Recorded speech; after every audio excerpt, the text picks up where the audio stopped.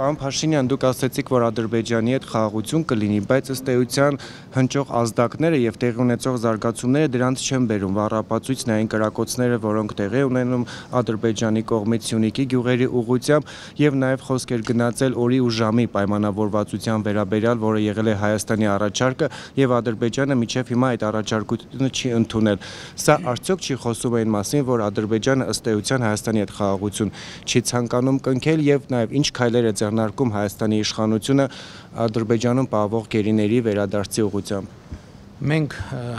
ասել ենք, որ մենք հավատարիմ ենք մնալու խաղաղության օրակարգին եւ մենք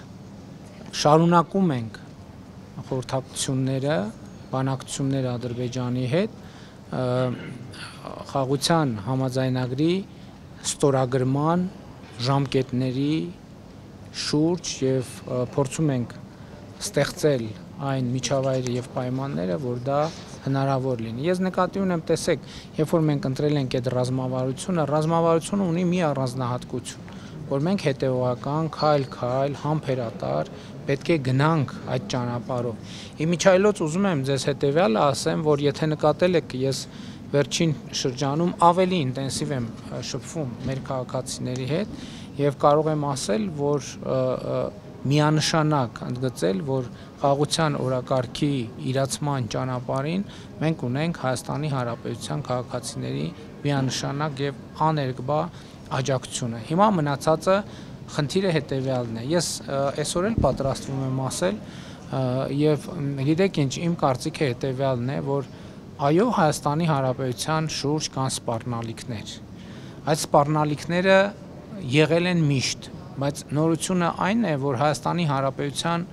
շուրջ եւ Հայաստանի Հանրապետության համար ստեղծվել են աննախադեպ հնարավորություններ, որոնք նախկինում երբեք չեն եղել, եւ ընդ որում նորություններից մեկը այն է,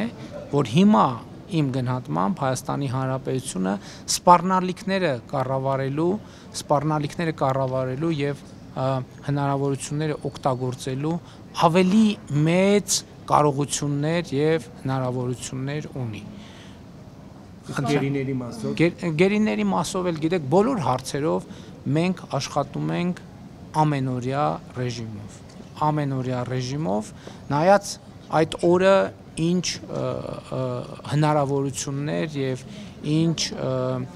ինչ նոր մարտահրավերներ են ի հայտ գալիս, բնականաբար այդ բոլոր հարցերը չեն կարող մեր օրակարգից դուրս լինել։